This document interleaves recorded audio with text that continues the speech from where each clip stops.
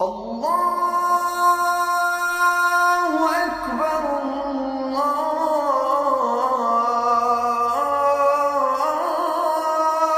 Akbar. Ashhadu an la ilaha illa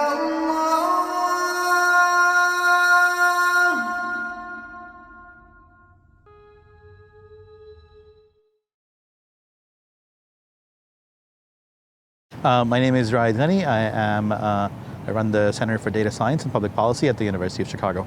Okay. Sir, how do you see the contribution of Muslims in America? I mean, do you think that Muslims have made some valuable contribution to America, and how are you contributing to America? I think everybody living in the U.S. makes contributions to the U.S., and that's just like any other country. Everybody living in a country has a responsibility to make a contribution, and they do in different ways, whether it's through their personal efforts, whether it's their professional efforts. So I think like any other groups, Muslims also are making contributions. I don't think they're more or less than any group. I think they're equally valuable.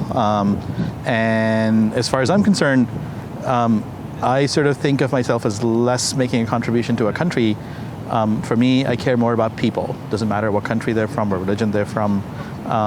And so my personal and professional life is really around how do I make the most impact on people around the world with the skills that I have. And that's what I do in my job. I use technology and data to figure out how do we improve public policy to improve lives of every citizen across the world, not just in the US.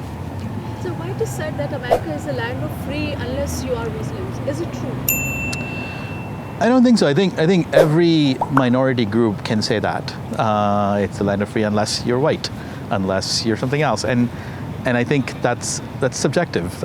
There is some evidence that some groups are marginalized more than others. If you're actually talking about imprisonment, African Americans are the ones who are in prisons more than any other group. If you're talking about freedom of other things, I think it changes over time. So I don't think that's true. I think the real answer is more nuanced, but I don't think we have enough evidence to say either way right now. So. And what about you? I mean, what's your experience of being a Muslim in America? I don't think I have any specific negative or positive experiences based on that part of my life. It doesn't help me with things, it doesn't hurt me with things. It's fairly neutral. And I think that's what it should be. I think religion should not be defining what you do, who you are, what you are allowed to do, what you're not allowed to do. It can be a component of what you do, but it should not define your path in life, just like your place of birth shouldn't define, just like your, anything else that you start off with should define where you go. It should be based on your individual effort as well as collective society that you live in, which should define, the values of which should define what you end up doing. So. And so what about religious activities? I mean, are Muslims here in America are free to perform their religious activities? I mean, Ramadan is coming, so what about it? Yeah, I mean, I'm not a person making policies for what people with certain religions can or cannot do. In general, yes, there is freedom in how you practice your religion and just like how you practice other things. I think any workplace might have, if your job requires you to be at the job, then you might not be able to do certain personal things. But it's not about religion, it's more about your professional responsibilities and what you've committed to. But from what I've seen, I don't see any restrictions personally. But again, I'm not the policy person who's making those policies or working in any of these areas. So. Okay. And sir, you see, after 2016 presidential elections and Trump's ban on Muslim countries, there is misconception in the mind of Muslims world that Muslims here in America are not being treated well and they're not happy here.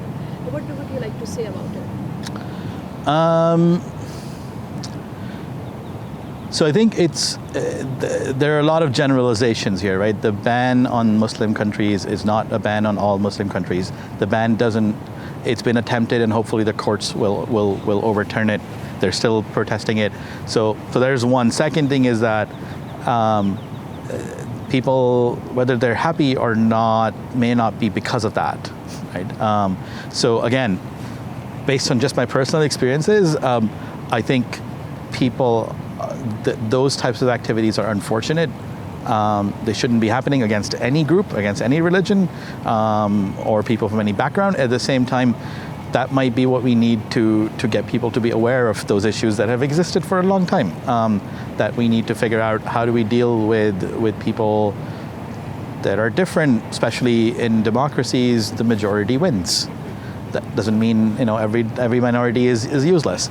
And so in the work that I do, we very much think about sort of when we design a policy, how do we care about, we care about equity as opposed to benefiting the majority group.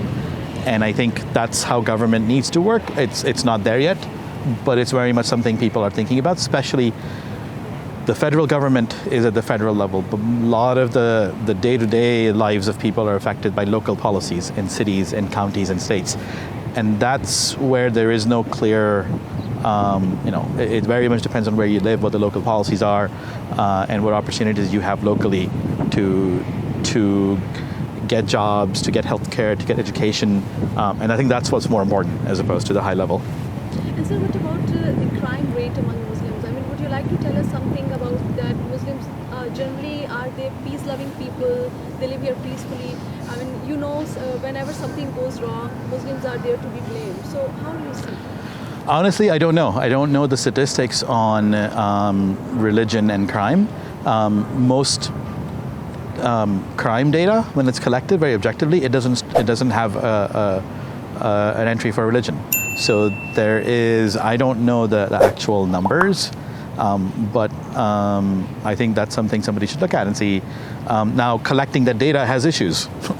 Every time you commit a crime, asking somebody what's your religion so we can store it has implications that we need to be careful about. But I think I don't know enough about the numbers to know that whether one religion, people from a certain practicing religion commit more crime than others. And sir, from your point of view, what's this American dream everybody's talking about? I have no idea. I don't sleep a lot, so I don't have any dreams. Okay. He's being diplomatic. No, I have no political ambition, so I can say whatever I want. Okay. And sir, what would be your message to the Muslim community or the Muslim world in general? How can they improve their perception in the eyes of Western world? I mean, I guess I would ask you, why do you need to improve perception? So what is the current perception? I mean, you see, Muslims, they are usually associated with terrorism, with bad activities. I mean, as I said earlier, whatever goes wrong, Muslims are there to be blamed. So positive perception. Yeah, I mean, I think that the answer here is much more complex and nuanced, right? It's trying to understand what the perceptions are, trying to understand that the perceptions are different amongst different audiences, understanding the cause of those perceptions. Is it their personal experience? Is it through word of mouth? Is it through the media? And then finding out, okay, if people here have this perception because of the media, then it's really going to the media to correct that and not the people. If they have it through personal experience, and correction doesn't mean deceiving, right? Like, you want to be objective in saying, here's the truth. Every group has good people and bad people, unfortunately. And it's in general, by definition, you're going to have every single group based on any criteria, gender, age, religion, place of birth, is going to have good and bad. The question is, are you stereotyping people based on a disproportionate sample that you might have from your experience or from the sources of information you have?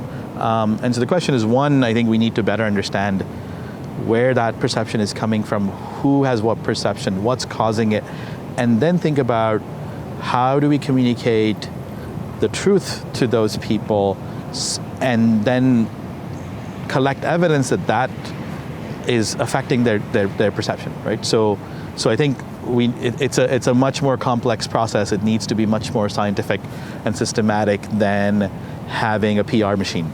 because that doesn't do anything. It just makes it often worse. So I think it's a much more complex problem, and it's not just, again, it's not a Muslim issue. I think a lot of different groups are perceived differently from what their behaviors, and that's a problem a lot of groups face. A lot of groups, so just like we talked, a lot of this perception results in hate crimes, and a lot of groups have hate crimes against them. It's the same for Jewish people, same for LGBTQ.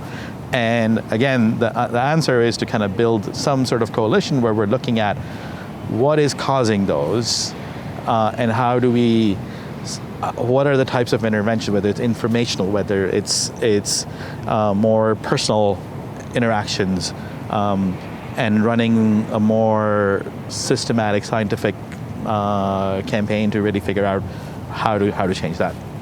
And so what about youth? I mean, when we talk about youth, I'm talking youth in general, not the youth of any specific country, especially Muslim youth I'm talking about. What should be done to keep them away from negative activities, for example, terrorism, for example, drugs, and what do you think, what should be the role of parents, the society, the universities?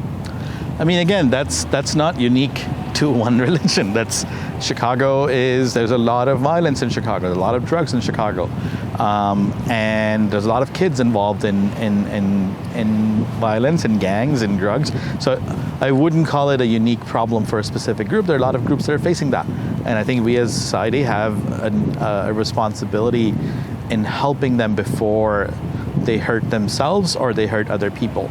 But I think the key is helping them, right? It's not finding them after they've done something and punishing them. It's helping them with preventative measures, giving them other opportunities that are more productive. It's giving them examples and role models of people where they could follow. It's giving them the right opportunity to take advantage of, helping them get there, and then encouraging them, giving them credit, highlighting them when they do something that's positive. So I think it again needs to be a much more holistic approach than putting it on one individual. It's not, yes, parents are important, but parents cannot do it alone. Schools are important, they cannot do it alone.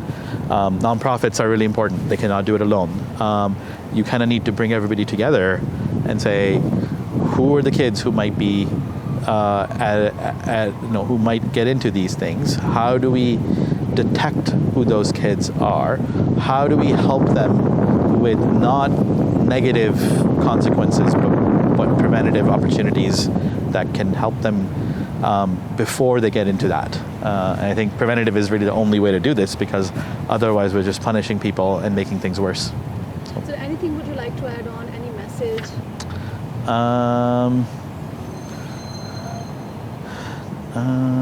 No, I don't think so. Yeah.